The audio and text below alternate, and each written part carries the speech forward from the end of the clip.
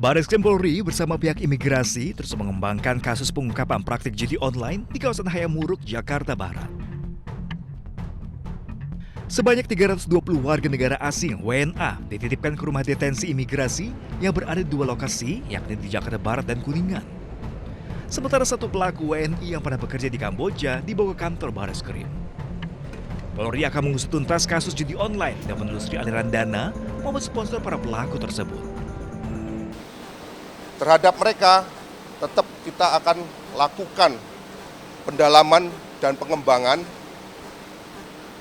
sehingga terhadap mereka nanti yang sudah kita tetapkan sebagai tersangka akan tetap kami proses secara pidana dan akan kami limpahkan ke kejaksaan sampai dengan sidang pengadilan. Sebanyak 321 orang ditangkap di markas judol di salah satu gedung perkantoran di Hayamuruk, Jakarta Barat. Mereka terdiri dari 320 orang WNA dan seorang WNI. Polisi juga menyita berbagai barang bukti, termasuk uang 1,9 miliar rupiah dari lokasi. Dari Jakarta, Tim Liputan iNews melaporkan.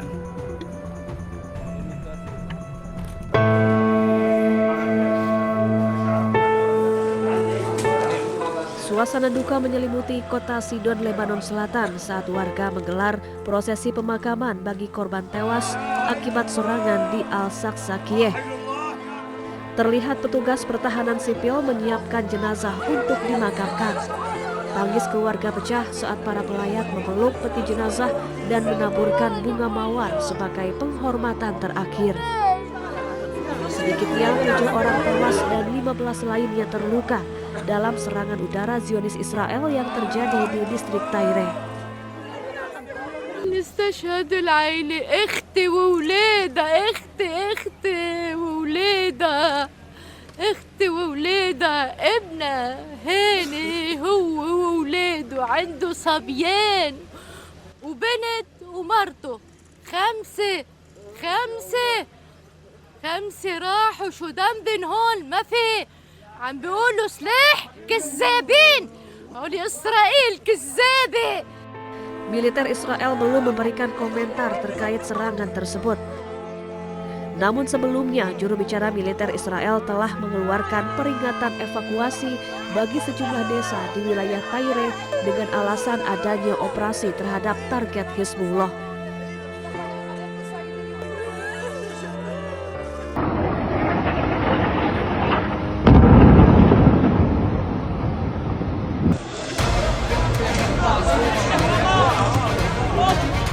Serangan udara Israel kembali menghantam kawasan kamp pengungsian Al-Shati sebelah barat kota Gaza, Palestina, Jumat malam waktu setempat.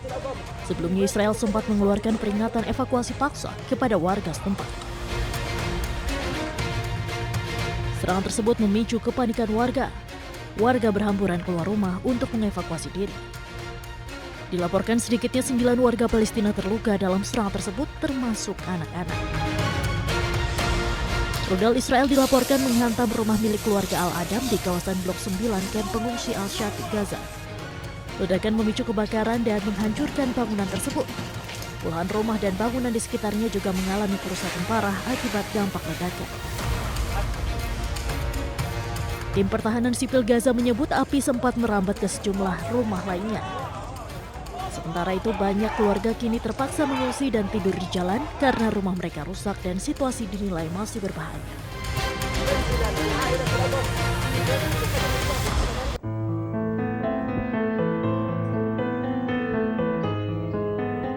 Di tengah hamparan tenda pengungsian dan kehancuran Gaza, seorang pria Palestina masih berusaha mencari jawaban atas nasib ibu dan saudara perempuannya.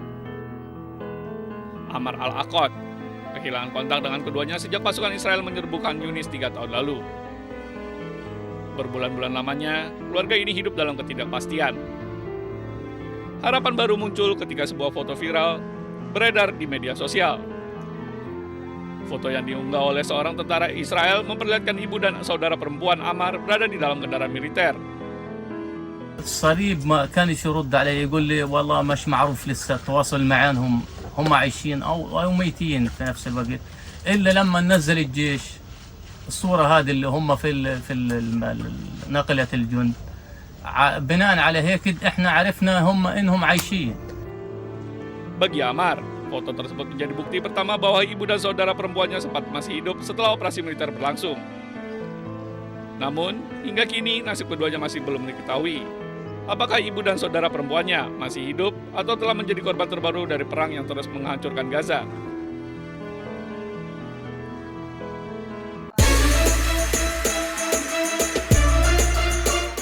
Kolaborasi layanan kesehatan, tim lansia dan disabilitas serta pembimbing ibadah digelar dalam kunjungan ke sektor 10 Tower Al-Hidayah Makkah. Ratusan jemaah asal embarkasi Banjarmasin ini antusias mengikuti arahan persiapan manasik dan mental jelang puncak haji. Di antaranya, manajemen kebugaran fisik di tengah cuaca ekstrim dan kepadatan Mekah. Ya, kami menghimbau bahwa tujuan Bapak dan Ibu jamaah haji yaitu untuk melaksanakan wukuf di Padang Arafah. Itu tujuan utama Bapak dan Ibu hadir di sini ya untuk menyelenggarakan ibadah haji. Oleh karena itu, silahkan melaksanakan ibadah-ibadah sunnah, namun jangan sampai memforsir diri ya sehingga nanti di waktu pelaksanaan wajibnya yaitu wukuf di Padang Arafah, fisik Bapak dan Ibu tetap terjaga dengan Petugas menyoroti euforia jemaah yang baru tiba dari tanah air yang kerap memaksakan diri melakukan umroh berkali-kali hingga menguras energi. Guna menghindari kepadatan Masjidil Haram di jam-jam sibuk, jemaah dianjurkan memanfaatkan fasilitas musala hotel atau masjid terdekat. Dari Mekah, Arab Saudi, Ika Kesuma, iNews melaporkan.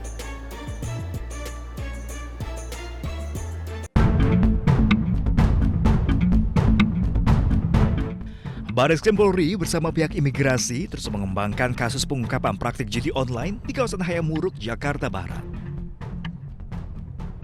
Sebanyak 320 warga negara asing (WNA) dititipkan ke rumah detensi imigrasi yang berada di 2 lokasi, yakni di Jakarta Barat dan Kuningan. Sementara satu pelaku WNI yang pernah bekerja di Kamboja dibawa ke kantor Bareskrim. Polri akan mengusut tuntas kasus judi online dan menelusuri aliran dana maupun sponsor para pelaku tersebut. Terhadap mereka, tetap kita akan lakukan pendalaman dan pengembangan sehingga terhadap mereka nanti yang sudah kita tetapkan sebagai tersangka akan tetap kami proses secara pidana dan akan kami limpahkan ke kejaksaan sampai dengan sidang pengadilan. Sebanyak 321 orang ditangkap di markas judol di salah satu gedung perkantoran di Hayamuruk, Jakarta Barat. Mereka terdiri dari 320 orang WNA dan seorang WNI. Polisi juga menyita berbagai barang bukti, termasuk uang 1,9 miliar rupiah dari lokasi. Dari Jakarta, Tim Liputan iNews melaporkan.